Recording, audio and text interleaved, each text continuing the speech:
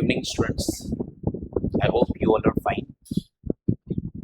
जैसा कि आपको पता है कि पटना हाई कोर्ट में वैकेंसी निकली है, वो है टेक्निकल असिस्टेंट की। ठीक है, ये आपका गोल्डन अपॉर्चुनिटी है और ये जॉब बहुत अच्छा जॉब है। ठीक है, तो हम लोग जो सीरीज चला रहे हैं, पहला सीरीज तो हम लोग कर चुके हैं, जो कल किए थे 25 क्वेश्चन का। आज हम लोग नेक्स्ट 25 क्वेश्चंस का। ये ध्यान रखिए, ये जो क्वेश्चंस जो हम लोग यहाँ पे इसका समावेश किए हैं, ये पिछले साल या प्रीवियस ईयर जो क्वेश्चन पूछा गया है उस पे है बेस्ड। और high court, Patna high court ने जो आज तक जो जो एग्जाम करवाया है उसका क्वेश्चन का भी इसमें हमने समावेश किया है। ठीक है, कि ताकि ये जो आपका जो सीरीज जो चल रहा है वो आपके लिए बहुत फायदे हो। ठीक है, ऐसा कि पता है कि आपको कि इसमें हम लोग क्या क्या दे रहे हैं। चैप्टर वाइज स्टडी मटेरियल, जो चैप्टर कंप्लीट होगी मटेरियल्स तो आपको पहले ही प्रोवाइड कर दी जाएगी, और साथ साथ जब चैप्टर कंप्लीट हो जाएगी तो एमसीक्यूज का डिस्कशन हम लोग करवाएंगे। ठीक है, उसके बाद लाइव एंड रिकॉर्डेड, जो भी आपका लाइव क्लासेस है, अगर आप मिस कर गए तो रिकॉर्डेड क्लास अवेलेबल रहेगा। जब आपको फुर्सत मिले आप उस वीडियोस को आप देख सकते हैं। हमारा रहा बैच का, हम लोग नया बैच स्टार्ट कर रहे हैं, वो 4 मई से है। ठीक है, तो ज़्यादा जानकारी के लिए आप राजधानी कोचिंग कांटेक्ट कर सकते हैं। अब ये कहाँ है? जस्ट आप पटना यूनिवर्सिटी के सामने पिलर नंबर 761 देखिएगा, जस्ट उसी के जस्ट सामने आपका राजधानी कोचिंग इंस्टीट्यूट है। ठीक है, आप वहाँ जाके पूरी तरह से डिटेल्स आप प्राप्त कर सकते हैं। ठीक है, चलिए, डीएनएस, डोमेन नेम सर्वर। ठीक है, डीएनएस क्या है? ठीक है, पहले आप समझिए, हम लोग जो भी वर्क साइट पे करते हैं वो किस फॉर्म में रहता है? डोमेन फॉर्म में रहता है। और जानते हैं कि जब ये सर्वर के पास जाता है तो डोमेन से कोई उसका लिंक नहीं होता है, उस डोमेन नेम को हमेशा चेंज होना है आईपी एड्रेस। ठीक है, तो जब तक आईपी एड्रेस उसका नहीं बनेगा तो वो नहीं हो सकता। ठीक है, तो डीएनएस का मेन काम क्या है कि हमारा डोमेन नेम को चेंज करना है आईपी एड्रेस में। तो ठीक है, तो यहाँ पे डीएनएस कन्वर्ट्स क्या करेगा? डीएनएस क्या कन्वर्ट करेगा? आईपी से डोमेन नहीं, डोमेन से आईपी। यानी कि सपोज याहू अगर है, सपोज हम कहते हैं yahoo.com है, तो इसको अगर कन्वर्ट करना है आईपी एड्रेस में 192 डॉट कुछ भी है, तो इसको जब कन्वर्ट करना होगा तो किस माध्यम से करेगा? वो डीएनएस की। तो यहाँ पे आंसर आपका हो जाएगा डोमेन से आईपी। डेटा तो नहीं है, डेटा क्या है? ये क्या है? एक रॉ फैक्ट्स एंड फिगर है जो एक पीसी से दूसरे पीसी में जाता है, और पैकेट क्या है? उसका टुकड़ा है। ठीक है, स्मॉल पीस है जिसको हम लोग चंक भी कहते हैं। ठीक है, तो हमारा आंसर क्या हो गया? डोमेन से आईपी में।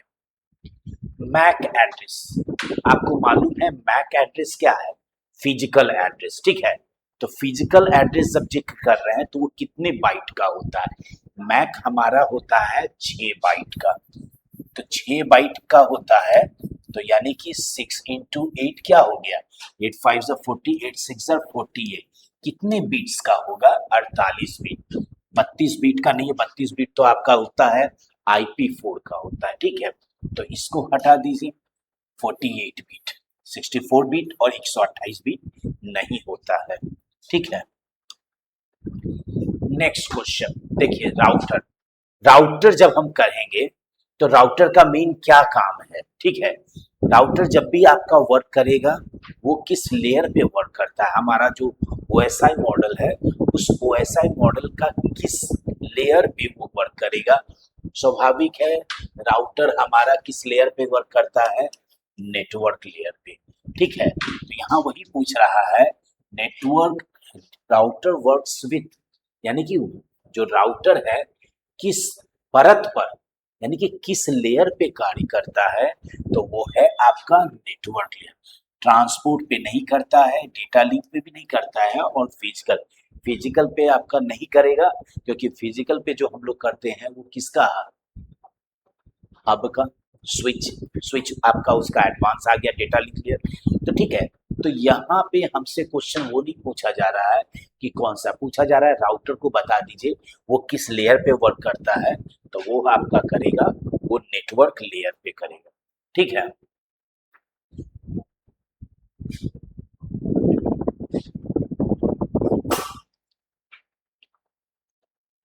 अब यहाँ स्विच स्विच भी एक सेंट्रल डिवाइस है, और इसका मेनली प्रयोग हम लोग किस टोपोलॉजी में करते हैं, वो करते हैं स्टार टोपोलॉजी में। ठीक है, तो यहाँ भी क्वेश्चन पूछ रहा है कि स्विच वर्क्स एट, स्विच किस पे वर्क करते। देखिए आपको कुछ क्वेश्चंस आपको रटना है, हब के बारे में, हब किस पे वर्क करता है, स्विच किस पे करता है, राउटर किस पे करता है, ये सब चीज को माइंड में कब कर लीजिए। क्वेश्चन इधर उधर ही जो होता है ना, इसी में होता है। ठीक है, तो यहाँ पे नेटवर्क लेयर पे तो नहीं करता है, ये स्विच किस पे करेगा, डेटा लिंक लेयर पे। फिजिकल लेयर पे तो अब बता चुके हैं सेशन काम करेगा, वो कब भी जब भी करेगा स्विच किस लेयर पे काम करेगा, वो करेगा डेटा लिंक लेयर पे करेगा। ठीक है, हब अभी इसको बताने का जरूरत नहीं है, अभी जस्ट हमने आपको हिंट दिया कि हब का मेन क्या है, ब्रॉडकास्ट। ये क्या करता है, ब्रॉडकास्ट क्या करता है, सिग्नल को क्या करता है, ब्रॉडकास्ट। ये सिग्नल को ब्रॉडकास्ट करता है, तो ये इंटेलिजेंट डिवाइस नहीं होता है, ये क्या करता है, सब तक उस डेटा को पहुंचा देता है। तो इसमें सिक्योरिटी तो रहा नहीं, तो इसी को हटाया गया और लाया गया स्विच। ठीक है, इसको स्विच को क्या कहते हैं, इंटेलिजेंट हब, क्योंकि स्विच जो है कि वो इंटेंडेड पीसी तक ही डेटा को पहुंचाएगा, और ये क्या करता है, सबको पहुंचा देता है। तो हमारा हब किस पे वर्क करेगा, फिजिकल पे करेगा कि डेटा लिंक पे करेगा कि नेटवर्क की ट्रांसपोर्ट। तो ऑलरेडी हम बता चुके हैं कि ये जब भी काम करता है वो किस लेयर पे काम करेगा, वो करेगा आपका फिजिकल लेयर पे। ठीक है, तो हम बता चुके हैं तीन, राउटर के बारे में बता चुके हैं, स्विच के बारे में बता चुके हैं, और हब के बारे में हम बता चुके हैं। ठीक है, नेक्स्ट क्वेश्चन, पिंग। देखिए पिंग क्या है, ठीक है, पिंग जानते हैं क्या करता है, वो क्या रिक्वेस्ट और रिप्लाई पे वर्क करता है। ठीक है, तो इस पे जो वर्क करता है वो कौन सा प्रोटोकॉल करता है, आईसीएमपी प्रोटोकॉल करता है, आईसीएमपी। ठीक है, इंटरनेट कंट्रोल मैसेज प्रोटोकॉल पे इसका क्या काम है, रिक्वेस्ट और रिप्लाई। यानी कि हमको पता करना है कि ये पीसी मेरे नेटवर्क में जुड़ा हुआ है कि नहीं। ठीक है, तो इसी के लिए हम लोग क्या यूज करते हैं, पिंग कमांड का। तो क्वेश्चन पूछ रहा है पिंग, पिंग जो है वो किसका यूज करता है, उपयोग करता है, क्या किसका, टीसीपी का यूज करता है, नहीं इसका उपयोग नहीं करता है, यूडीपी का, कनेक्शन ओरिएंटेड कनेक्शन लेस से है, आईसीएमपी यानी कि इंटरनेट कंट्रोल मैसेज प्रोटोकॉल किस पे करेगा, इस पे करेगा। एचटीटीपी तो जनरल साइट यूज करते हैं उसका, तो आंसर आपका हो गया आईसीएमपी हो गया। अब इसको हम पहले ही क्वेश्चन में, पहले वाले जो वीडियो जो था, जो आपका 25 क्वेश्चन का सेट था, उसमें हर पोर्ट के बारे में हम बताए थे। ठीक है, तो एफटीपी किस पे वर्क करेगा, एफटीपी जब भी वर्क करेगा वो किस, एफटीपी जो पोर्ट किस पे करता है, कौन नंबर पे, 80 नंबर पे आपका एफटीपी करता है। हमने 21 के बारे में आपको बताया था, 21 किस पे करता है, ठीक है, 21 किस पे, सॉरी एफटीपी बोला जा रहा है ना, एक मिनट, यहाँ फाइल ट्रांसफर प्रोटोकॉल के बारे में बोल रहा है, क्योंकि 80 तो आपका एचटीटीपी पे चले जाएगा ना, 80 तो आपका एचटीटीपी हो जाएगा, 21 है जो आपका एफटीपी पे होता है, और 25 जो है सिंपल मेल ट्रांसफर प्रोटोकॉल जो होता है एसएमटीपी पे होता है, और जो 110 है वो POP3 पे करता है। किस पे करता है? POP3 पे करता है। ठीक है, तो हमारा क्वेश्चन पूछ रहा है FTP पोर्ट जो आपका करता है किस पे नंबर पे, 21 नंबर पे वो वर्क करता है। ठीक है, नेक्स्ट क्वेश्चन SMTP। अभी SMTP के बारे में बता चुके हैं। कौन सा प्रोटोकॉल, कौन सा पोर्ट जो है नंबर पे यूज करता है? 80 किसका हम बताए थे? HTTP का बताए थे। 21 किसका बताए थे? FTP का बताए थे। हाँ, इसमें एक नया आ गया है, वो 53। जो 53 है आपका DNS है। 53 किसका है? DNS है। और रहा SMPT पोर्ट का, वो है आपका 25। SMTP जो है वो किस पोर्ट पे है? वो पोर्ट पे नंबर क्या है? वो है 80, सॉरी 25।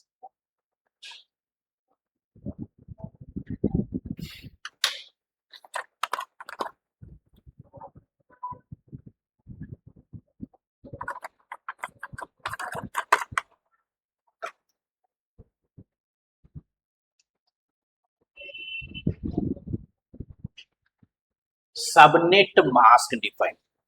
सबनेट मास्क क्या करता है? वो सेपरेट दो को करता है, दो पार्ट को। कौन सा दो पार्ट होता है?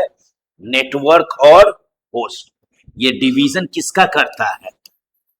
नेटवर्क और होस्ट पार्ट। क्या है? यही है ना। सबनेट मास्क डिफाइंस क्या है? नेटवर्क और किसका? होस्ट का। तो हमारा क्वेश्चन यहां पूछ रहा है डिफाइंस नेटवर्क पोर्शन। डेटा तो नहीं है, डिवाइस भी नहीं है, प्रोटोकॉल।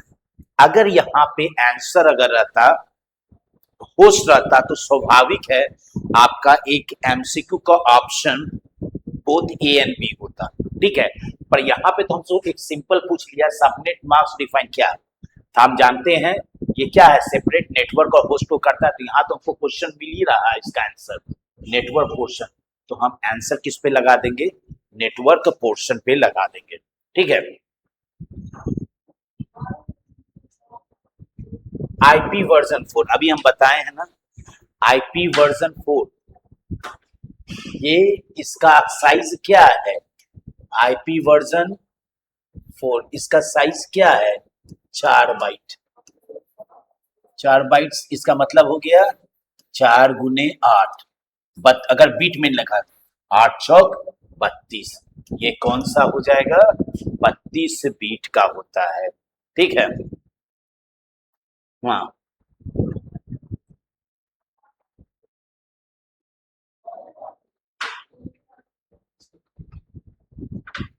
नाम ARP address resolution protocol.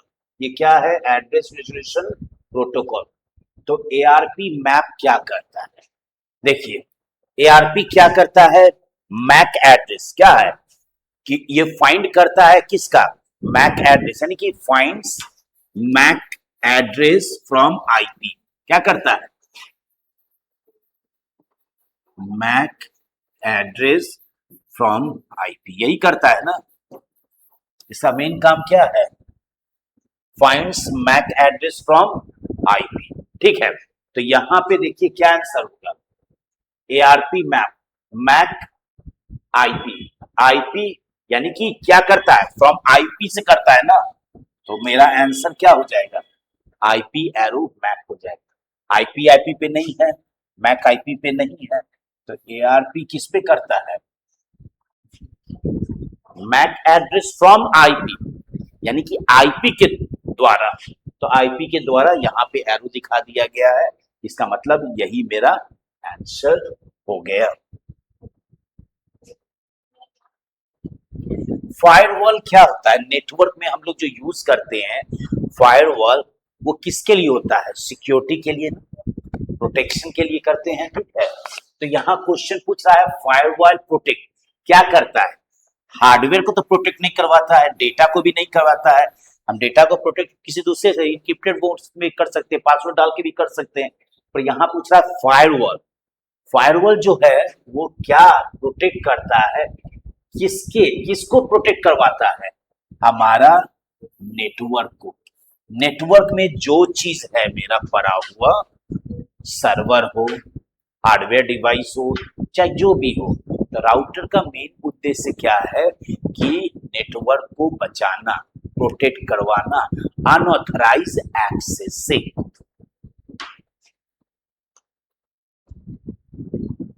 Network, net के बारे में आप जानते होंगे क्योंकि ये भी नेटवर्किंग का है, ठीक है।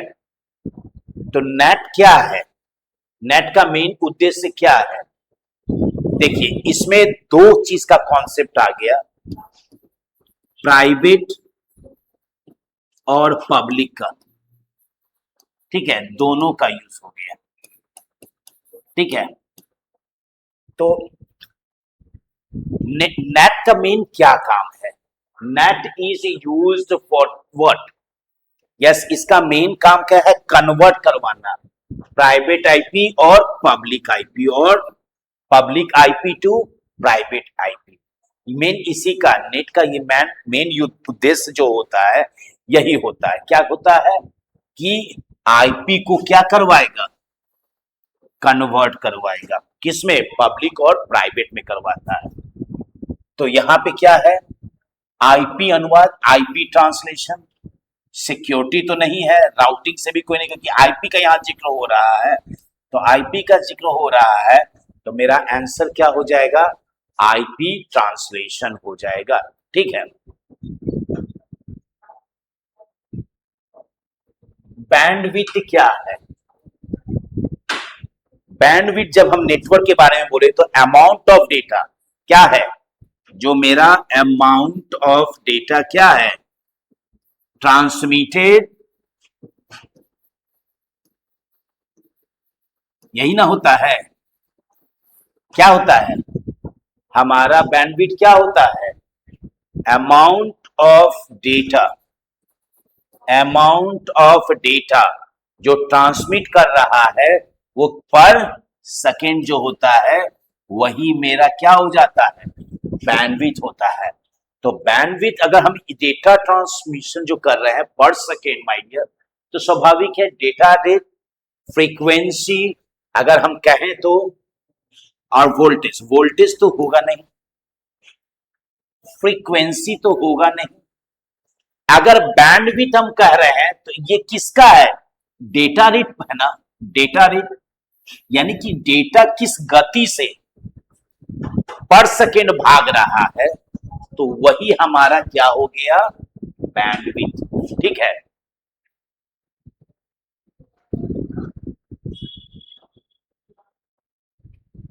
टोपोलॉजी क्या है? ठीक है, topology star topology, star topology में क्या होता है?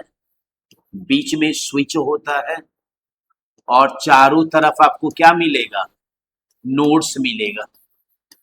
चारों तरफ आपको क्या मिलेगा? नोड्स मिलता है, ठीक है। तो टोपोलॉजी स्टार यूजेस, अगर टोपोलॉजी के बारे में अगर कहा जाए तो वो कहां यूज होता है? देखिए, हम बता चुके हैं ना, सेंट्रल डिवाइस, और वो भी स्टार के बारे में। तो पहले स्विच से पहले हम लोग जो डिवाइस का यूज करते थे वो था हब। हब और स्विच दोनों है, पर हब में क्या करता था? ये ब्रॉडकास्ट करता था, ठीक है। जब ब्रॉडकास्ट करता था तो हर एक नोड तक पहुंचा देता था डेटा, ठीक है। बोलता था तुम्हारा डेटा, तुम्हारा डेटा, तुम्हारा डेटा, सबको बोलता था। अगर वहीं पे अनऑथराइज यूजर बैठा हो तो वो तो डेटा को हैक कर लेगा। तो यहाँ स्विच क्या करवाता है? वो इंटेंडेड नोड तक ही डेटा, अगर किसी ने डेटा भेजा इसको, तो ये स्विच इसी नोड को भेजेगा, ना कि अदर नोड को भेजेगा, क्योंकि उसको पता है हर एक पीसी का क्या आईपी एड्रेस पता है, और उसी के अनुसार से उस डेटा को पहुंचाएगा। तो हमारा क्या है? टोपोलॉजी स्टार किस पे यूज होता था? हब और स्विच पे होता, राउटर पे नहीं यूज होता था। हमारा आंसर ए और सी है, इसका मतलब आंसर पे किस पे टिक लगाएंगे? लगाएंगे A and C, both A और सी पे हम लगाएंगे, क्योंकि हब पे भी होता था और स्विच पे भी होता था, ठीक है।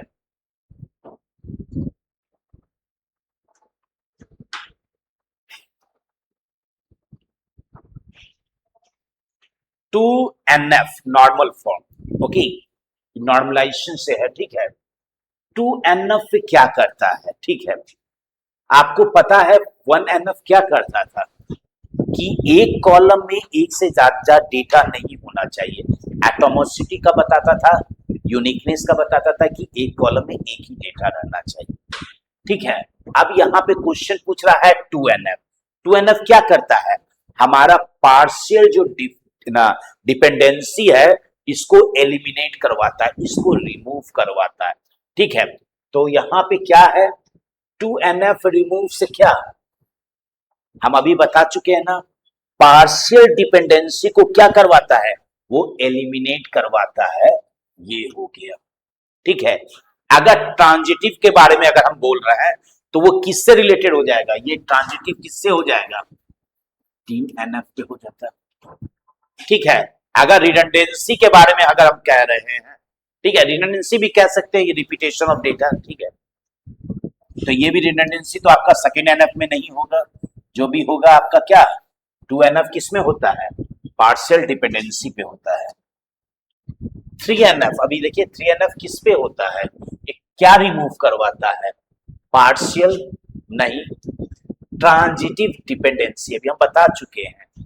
थ्री एनएफ क्या करता है, किसको एलिमिनेट्स करवाता है, ठीक है, ट्रांजिटिव डिपेंडेंसीज को एलिमिनेट करवाता है, यानी कि रिमूव करवाता है, ठीक है।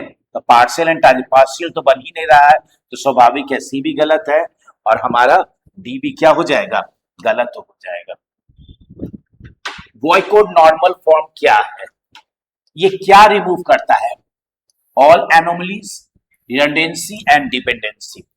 देखिए बीसीएनएफ क्या करवाता है, आपको समझ जाइए, जो एनोमलीज है इसको रिमूव, यानी कि क्या है, इंसर्ट एनोमलीज, डिलीट एनोमलीज और अपडेट, इस तीनों को क्या करवाता है, रिमूव करवाता है, ठीक है। रिडंडेंसी तो नहीं है और डिपेंडेंसी नहीं है, यानी कि ऑल एनोमलीज, एनोमलीज का मतलब यही हो गया, इंसर्ट हो गया, डिलीट हो गया और अपडेट हो गया। प्राइमरी की मालूम है ना, डेटा रिडंडेंसी को रोकता है, रिपीटेशन ऑफ डेटा को रोकता है, ठीक है। तो primary key is what, unique, null, duplicate, optional. हटाइए ऑप्शनल तो नहीं है, डुप्लीकेट का मतलब एक से ज्यादा, अलाउ ही नहीं है, सेम डेटा अलाउ ही नहीं है। नल आपका प्राइमरी की में नहीं हुआ, यूनिक की में अलाउ है, प्राइमरी की में नहीं है। प्राइमरी की में हर एक मेरा जो कॉलम में जो डेटा होगा भरा होना चाहिए, और जो डेटा मेरा भरा हुआ है उसमें रिपीटेशन किसी डेटा का होना नहीं चाहिए। तो यानी कि मतलब क्या हो गया, यूनिक मेरा ये बन गया। फॉरेन की, देखिए जब फॉरेन की का जिक्र हो रहा है तो अर्थात है एक से ज्यादा टेबल है जिसमें एक मास्टर है एक स्लेव है, ठीक है। इसको पेरेंट कहिए चाइल्ड, और इसको इससे लिंक करवाता है, ठीक है। तो मास्टर में तो आपका प्राइमरी है, सेकेंडरी में क्या हो जाएगा आपका फॉरेन की का।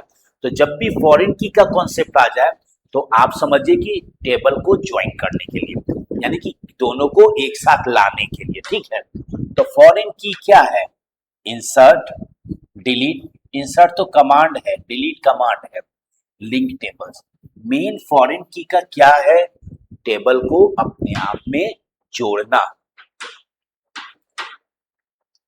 एसक्यूएल कमांड फॉर इंसर्ट, आपको मालूम है एसक्यूएल में जो हम इंसर्ट करते हैं वो कमांड है इंसर्ट इनटू, ठीक है। इंसर्ट इनटू क्या है, हम लोग टेबल का नाम लेते हैं और उसका वैल्यूज डालते हैं, तो यही करते हैं ना। तो हमसे पूछा जा रहा है SQL command for insert, insert करने के लिए कौन सा कमांड करते हैं हम लोग, इंसर्ट का कमांड यूज करते हैं, ठीक है। ऐड कोई है नहीं, ऐड हम एल्टर के साथ यूज करते हैं। अपडेट क्या करता है, ये कमांड है, हमारे कोई डेटा को उसमें चेंजिंग करना है तो उस डेटा को चेंज हम लोग अपडेट से, पुश कुछ चीज नहीं है, एसक्यूएल का कोई पार्ट नहीं है पुश, इंसर्ट हो गया। डिलीट। डिलीट हमारा क्या करेगा, हम लोग करते हैं ना एसक्यूएल में, डिलीट फ्रॉम टेबल का नाम सपोज ईएमपी। तो अगर यही कमांड लिख दें तो ये क्या करेगा, हमारे टेबल में जो रिकॉर्ड्स पड़ा हुआ है अर्थात रोज पड़ा हुआ है उसको रिमूव करेगा, और यहां ये करेंगे तो सभी को रिमूव कर देगा। पर अगर कंडीशन लगा दिए वेयर, तो जो भी है जैसे रोल इक्वल टू 21, यानी कि जिसका रोल नंबर 21 है उसी का रो उसी का रिकॉर्ड हटेगा। तो डिलीट क्या करेगा, रोज को डिलीट करेगा कि टेबल को कि कॉलम को, कॉलम को तो नहीं करेगा, ठीक है, टेबल को नहीं, टेबल को हम लोग यूज डिलीट करने के लिए ड्रॉप का यूज करते हैं। तो डिलीट किसको करेगा, हमारे रोज को, हमारे रिकॉर्ड्स को रिमूव करेगा।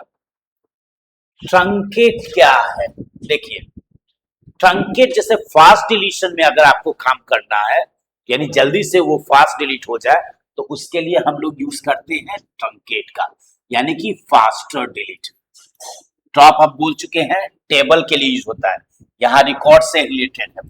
सेलेक्ट क्वेरी को एक्सट्रैक्ट कर, यानी कि कोई चीज हम डेटा को एक्सट्रैक्ट करवाना है तो सेलेक्ट का। इंसर्ट के द्वारा हम क्या करते हैं, कोई नया रिकॉर्ड अपने टेबल में बनाते हैं। एसिड क्या है, एसिड क्या होता है, एटॉमिसिटी, कंसिस्टेंसी, आइसोलेशन और ड्यूरेबिलिटी,